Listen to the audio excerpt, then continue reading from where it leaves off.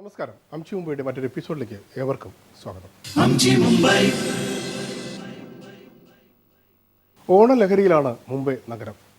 ലോകത്ത് ഏറ്റവും കൂടുതൽ ഓണാഘോഷ പരിപാടികൾ നടക്കുന്ന നഗരത്തിലെ ഓണക്കാഴ്ചകളിലേക്ക് സ്വാഗതം. താനെ മാർത്തോമാ സഭ ചർച്ച് സംഘടിപ്പിച്ച ഓണാഘോഷ പരിപാടികൾ ഒരുമയുടെയും സാഹോദര്യത്തിൻ്റെയും സന്ദേശം പകർന്നാടി.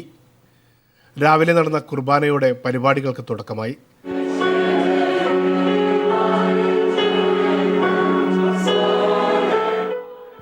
മാർത്തോമാ സഭ മുംബൈ ഭദ്രാസനാധിപൻ പങ്കെടുത്ത കുർബാനയ്ക്ക് ശേഷം ഓണാഘോഷ പരിപാടികൾക്ക് തിരിതെളിഞ്ഞു. വിഭവസമൃദ്ധമായ ഓണസദ്യ, ഗാനമേള, വിവിധ നൃത്യങ്ങൾ, വടംവലി, വിവിധ കലാപരിപാടികൾ, തായമ്പക, തിരുവാതിരക്കളി, ഓണപ്പൂക്കളം കൂടാതെ സാമൂഹിക പ്രതിബദ്ധത ഉൾക്കൊണ്ടുകൊണ്ടുള്ള വിവിധ പരിപാടികൾ ഇത്തവണത്തെ ഓണാഘോഷത്തിന് മാറ്റുകൂട്ടി.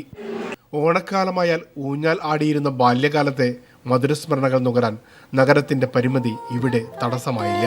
കുഞ്ഞു മനസ്സുകളെ തിരിച്ചറിഞ്ഞുള്ള വിനോദ പരിപാടികൾ ഓണാഘോഷത്തിന്റെ ഭാഗമായി അരങ്ങേറി. കുട്ടികളോടൊപ്പം മുതിർന്നവരും ആഘോഷ പരിപാടികളുടെ ഭാഗമായതോടെ സദസ്സിൽ ആരവങ്ങൾ ഉയർന്നു.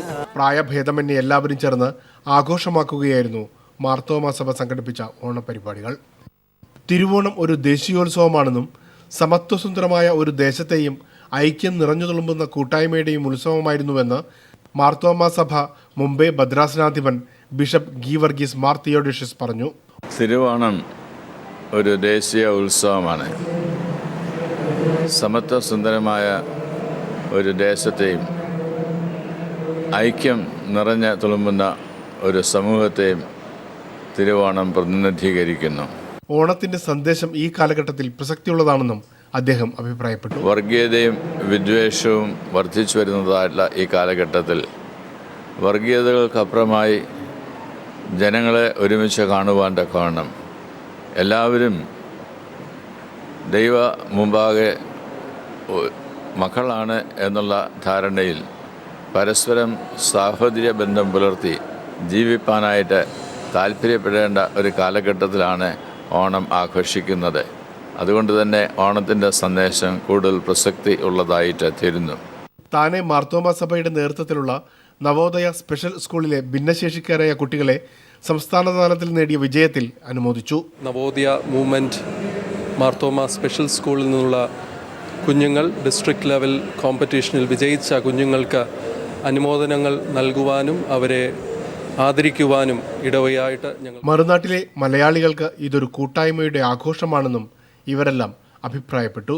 നമ്മൾ മറുനാടൻ മലയാളികൾ എല്ലാവരും ഒരുമിച്ച് ഒന്നിച്ച് ആഘോഷിക്കുന്ന ഒരു ഉത്സവമാണ്. പണ്ട് മഹാബലി നാട് വാണിരുന്ന സമയത്ത് കള്ളവുമില്ല ചതിയുമില്ല നേരുന്ന ഒരു അവസരം. അങ്ങനെ ഒരു അവസരത്തിന് വേണ്ടി നമുക്ക് വീണ്ടും പ്രതീക്ഷയോടെ കാത്തിരിക്കും.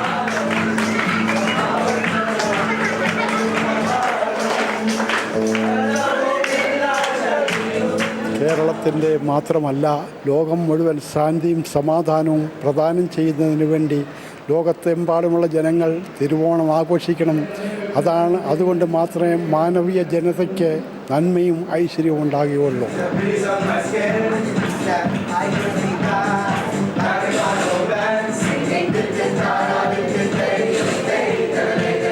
മലയാളികൾ, പ്രത്യേകിച്ച് ഞങ്ങൾ മുംബൈക്കാർ, ഞങ്ങളുടെ ആ പഴയ ഗൃഹാതുരത്വം അത് തീർച്ചയായിട്ടും ഒന്ന് റീലീവ് ചെയ്യാനുള്ള വളരെയധികം വാഞ്ചയോടുകൂടി ഞങ്ങൾ എല്ലാ കാര്യവും. ലോകം മുഴുവൻ ശാന്തിയും സമാധാനവും പ്രദാനം ചെയ്യാനും ഈ ആഘോഷം നിമിത്തമാവുന്നു.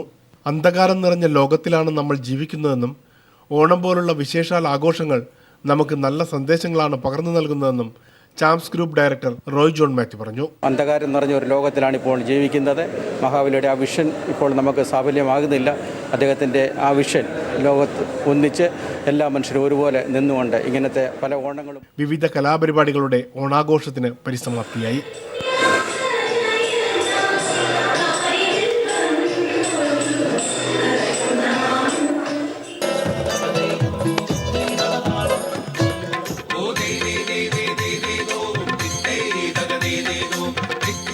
എൻ്റെ എല്ലാം ചെറുപ്പകാലിലെ ഓണം എന്നും ഓർമ്മ നിലനിൽക്കുന്നതാണ്. കാരണം ഓണം ആയിക്കഴിഞ്ഞാൽ ഏറ്റവും വലിയ കാര്യം വെച്ചാൽ പുത്തൻ ഉടുപ്പുകൾ കിട്ടും, പുതിയ ഷർട്ട്, പുതിയ നിക്കർ അല്ലെങ്കിൽ മുണ്ട്, അങ്ങനെയുള്ള കാര്യങ്ങളൊക്കെ അന്ന് ആണ് കിട്ടിയിരുന്നത്. അതുകൊണ്ട് അതുമാതിരി തന്നെ തലേ ദിവസം പോയി പൂക്കളെല്ലാം പൊട്ടിച്ചുകൊണ്ട് വന്ന് പിറ്റേ ദിവസം രാവിലെ ഞങ്ങൾ ആ പൂവെല്ലാം അമ്മ ഈ കളയെല്ലാം പറിച്ച് കളയെല്ലാം ഒരുക്കി.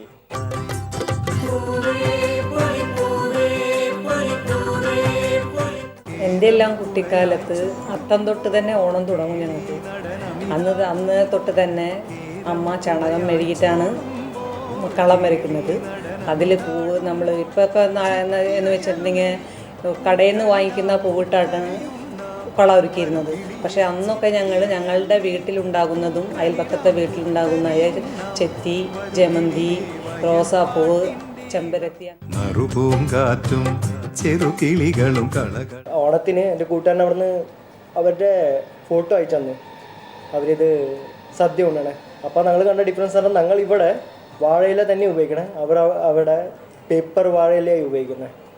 ആ ഒരു വ്യത്യാസം വളരെ വന്നിട്ടുണ്ട്. എനിക്ക് തോന്നുന്നു ഇവിടെ ഇപ്പോഴും കൂടുതൽ ആൾക്കാർ എന്താ കേരളം എന്ന് അറിയാൻ ശ്രമിക്കുന്നതും ഇതൊക്കെ എന്താ ഓണം എന്നൊക്കെ ഇവിടുത്തെ കുട്ടികൾക്ക് ധാരാളമായി അറിയാം. അവിടുത്തെവർക്ക് എനിക്കങ്ങനെ തോന്നണില്ല.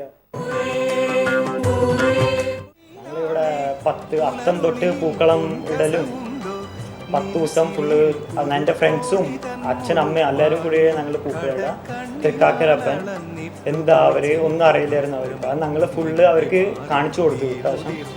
ഏകദേശം ഒരു 6 വർഷമായിട്ടുണ്ട് മഹാരാഷ്ട്രയിൽ വന്നിട്ട്. അതുവരെ നാട്ടിൽ തന്നെ ആയിരുന്നു ഓണം ഇതൊക്കെ കൂടിയിരുന്നത്. പക്ഷേ ഇവിടെ വന്നതിന് ശേഷം അവിടെ ആഘോഷിക്കുന്നതിനേക്കാളും വളരെ നല്ല ഭംഗിയിൽ ഇവിടെ ആഘോഷിക്കുന്നുണ്ട്. അത് കണ്ടിട്ട്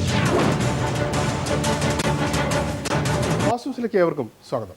സംശയാസ്പദമായ സാഹചര്യത്തിൽ ഇന്നലെ ഉറാനിൽ കണ്ടുവെന്ന് പറയപ്പെടുന്ന തോക്കുധാരി സംഘത്തിൽ ഒരാളുടെ രേഖാചിത്രമാണ് ഇന്ന് നാവികസേന പുറത്തുവിട്ടിരിക്കുന്നത്. മുംബൈയിൽ ജനജീവിതം സാധാരണമാണെങ്കിലും ട്രെയിനുകളിലും ബസ്സുകളിലും പൊതുസ്ഥലങ്ങളിലും പ്രധാന വിഷയം നുഴഞ്ഞു കയറിയ ആയുധധാരികളെക്കുറിച്ചാണ്. തീരദേശ പ്രദേശമായ ഉറാനിൽ വെച്ചാണ് മുഖംമൂടി ധരിച്ച തോക്കുധാരികളെ കണ്ടെന്ന് സ്കൂൾ വിദ്യാർത്ഥികൾ ഇന്നലെ അറിയിച്ചത്. ഇതിനെ തുടർന്ന് മേഖലയിലെങ്ങും അതീവ ജാഗ്രതയിലാണ്. കൂടാതെ മുംബൈ നഗരങ്ങളിലെ തിരക്ക് പിടിച്ച പ്രധാന കേന്ദ്രങ്ങളിലും സുരക്ഷാ ക്രമീകരണങ്ങൾ കർശനമാക്കിയിട്ടുണ്ട്. മുംബൈ, നവി മുംബൈ, റായ്ഗാഡ്, താനെ മേഖലകളിലാണ് പ്രധാനമായും തിരച്ചിൽ നടക്കുന്നത്. നാവികസേന ഒരാഴ്ചയായി കടലിൽ അതീവ ജാഗ്രതാ നിർദ്ദേശം നൽകിയതും കൂടുതൽ ആശങ്കയ്ക്ക് കാരണമായി. ONGC, JNPT, ഷോപ്പിംഗ് മാളുകൾ, വിദ്യാഭ്യാസ കേന്ദ്രങ്ങൾ എന്നിവിടങ്ങളിലും ജാഗ്രതാ നിർദ്ദേശം കർശനമാക്കിയിട്ടുണ്ട്. സമുദായ ശക്തി പ്രകടമാക്കി നവി മുംബൈയിലും പ്രതിഷേധ റാലി. മറാഠ സമുദായത്തിൽപ്പെട്ട വിദ്യാർത്ഥിനിയെ ദലിത് വിഭാഗത്തിൽപ്പെട്ട ചിലർ പീഡിപ്പിച്ചു കൊന്ന കേസിൽ പ്രതിഷേധിച്ചാണ് റാലി. മറാഠ സമുദായത്തിൽപ്പെട്ട വിദ്യാർത്ഥിനിയെ ദലിത് വിഭാഗത്തിൽപ്പെട്ട ചിലർ ബലാത്സംഗം ചെയ്ത് കൊലപ്പെടുത്തിയതിന്റെ പിന്നാലെ സംസ്ഥാനത്തിന്റെ വിവിധ ഭാഗങ്ങളിൽ നടന്നുവരുന്ന വൻ പ്രതിഷേധ റാലികളുടെ തുടർച്ചയായിട്ടാണ് നവി മുംബൈയിലും റാലി നടന്നത്. നിശബ്ദ പ്രതിഷേധ റാലിയിൽ ആയിരക്കണക്കിന് പേർ പങ്കെടുത്തു. ജോലി സംവരണം വേണമെന്നും ദലിത് വിഭാഗത്തിനുള്ള നിയമപരിരക്ഷ എടുത്തു കളയണമെന്നും റാലിയിൽ ആവശ്യമുയർന്നു. കാർഗറിലെ സെൻട്രൽ പാർക്കിന് സമീപമുള്ള ഇസ്കോൺ ക്ഷേത്രത്തിന് സമീപത്തു നിന്ന് ആരംഭിച്ച റാലി CBD ബേലാപൂരിലെ കൊങ്കൺ ഭവനിൽ സമാപിച്ചു.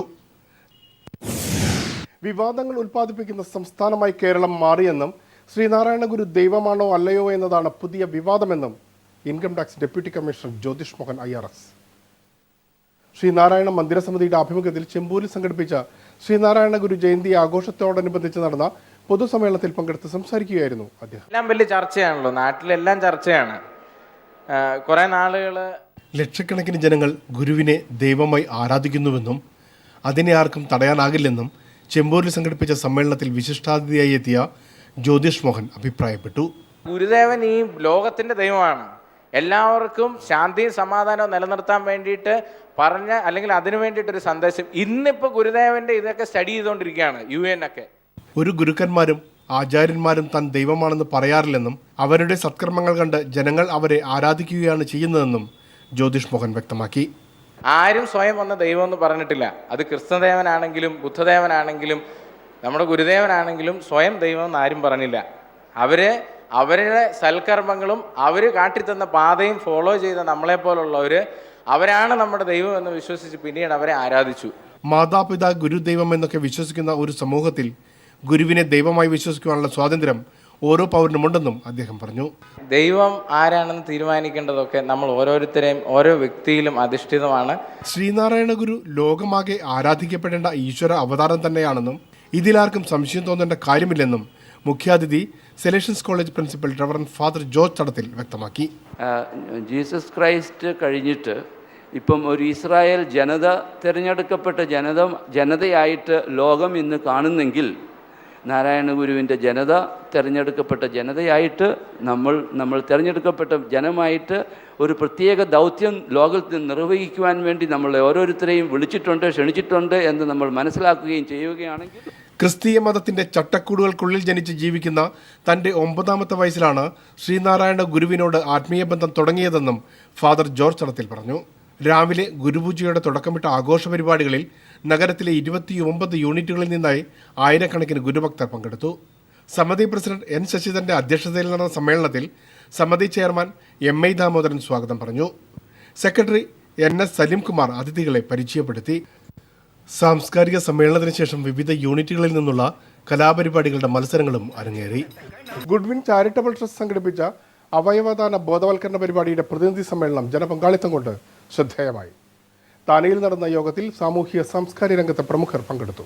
രാജ്യത്തെ അവയവദാന ബോധവത്കരണത്തിന്റെ പ്രാധാന്യം ലക്ഷ്യമിട്ട് ഗുഡ്വിൻ ഗ്രൂപ്പിന്റെ നേതൃത്വത്തിൽ ആരംഭിച്ച പദ്ധതിയിൽ ഇതര ഭാഷക്കാരടക്കം നിരവധി സുമനസ്സുകൾ സമ്മതപത്രം നൽകി മാതൃകയായി.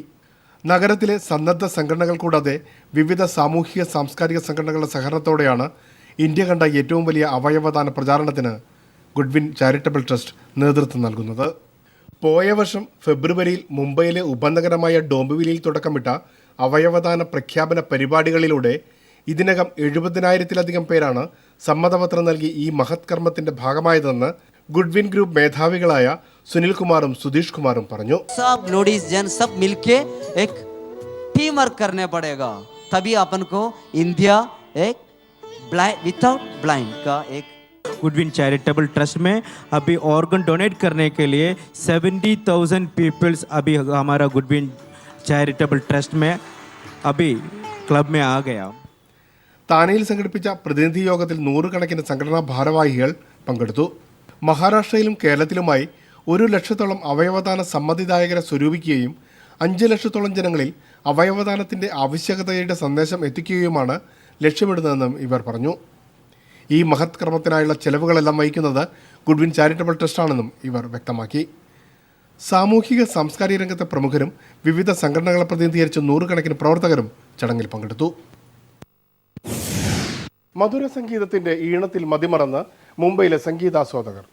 അംജി മുംബൈ ഒരുക്കുന്ന ഗോൾഡൻ വോയിസ് മ്യൂസിക് റിയാലിറ്റി ഷോയിലെ മെലഡി വിഭാഗം മത്സരത്തിലാണ് ഒന്നിനൊന്ന് മെച്ചപ്പെട്ട പ്രകടനവുമായി മുംബൈയിലെ ഗായകർ മാറ്റുരച്ചത്. അംജി മുംബൈ ഒരുക്കുന്ന ഗോൾഡൻ വോയിസ് മ്യൂസിക് റിയാലിറ്റി ഷോയിലെ മെലഡി വിഭാഗം മത്സരത്തിലാണ് ഒന്നിനൊന്ന് മെച്ചപ്പെട്ട പ്രകടനവുമായി മുംബൈയിലെ ഗായകർ മാറ്റുരച്ചത്.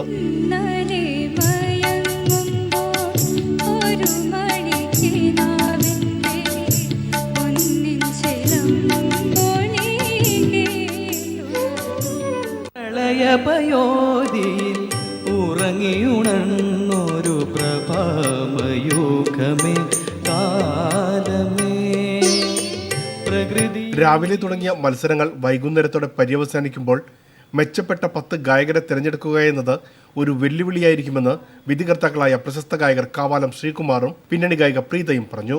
മെലഡി കൂടാതെ മത്സരാർത്ഥികളുടെ ഗ്രാസ്പിംഗ് പവർ പരിശോധിക്കുന്ന ജഡ്ജസ് റൗണ്ടും ഉണ്ടായിരുന്നു. കാലത്തോളം കാതരേ നീ എൻ മുന്നിൽ കൽഹാരഹാരമായി നിൽക്കും.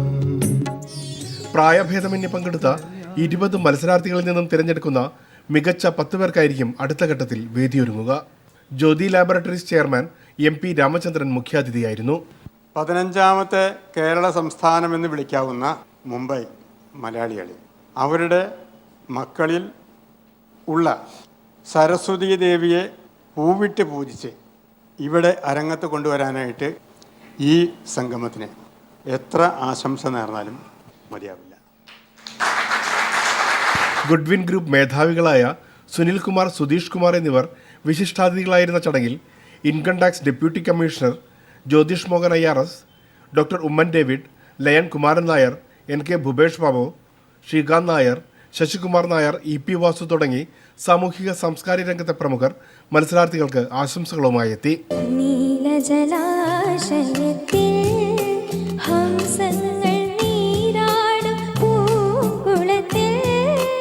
മത്സരത്തിൽ വിജയികൾക്കായുള്ള സമ്മാനങ്ങളും ചടങ്ങിൽ പ്രഖ്യാപിച്ചു. എന്തായാലും നിങ്ങൾക്കുള്ളതാണെങ്കിൽ അത് നിങ്ങളെ തേടി വരും. എന്തായാലും ആ ഒരു എമൗണ്ട് 3 lakhs rupees ആണ്. മത്സരത്തിൽ വിജയികളെ കാത്തിരിക്കുന്നത് ഒന്നാം സമ്മാനമായി 3 ലക്ഷം രൂപയും, രണ്ടാം സമ്മാനം 1 ലക്ഷം രൂപയും, മൂന്നാം സമ്മാനം 50,000 രൂപയുമാണ്. ഒന്നാം സമ്മാനം സ്പോൺസർ ചെയ്യുന്നത് ഗുഡ്വിൻ ഗ്രൂപ്പ് ആയിരിക്കും.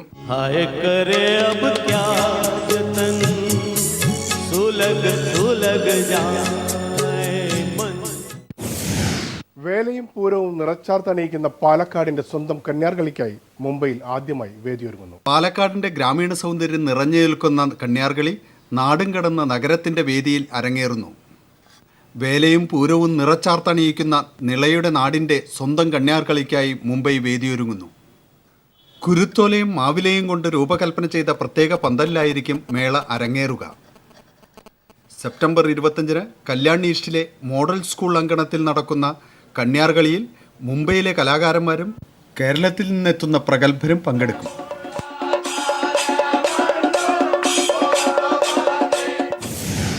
ഫാസിസ്റ്റോടെ പൂർണ്ണമാകുന്നു. കൂടുതൽ വാർത്തകൾക്ക് ട്യൂണിംഗ് കേരള.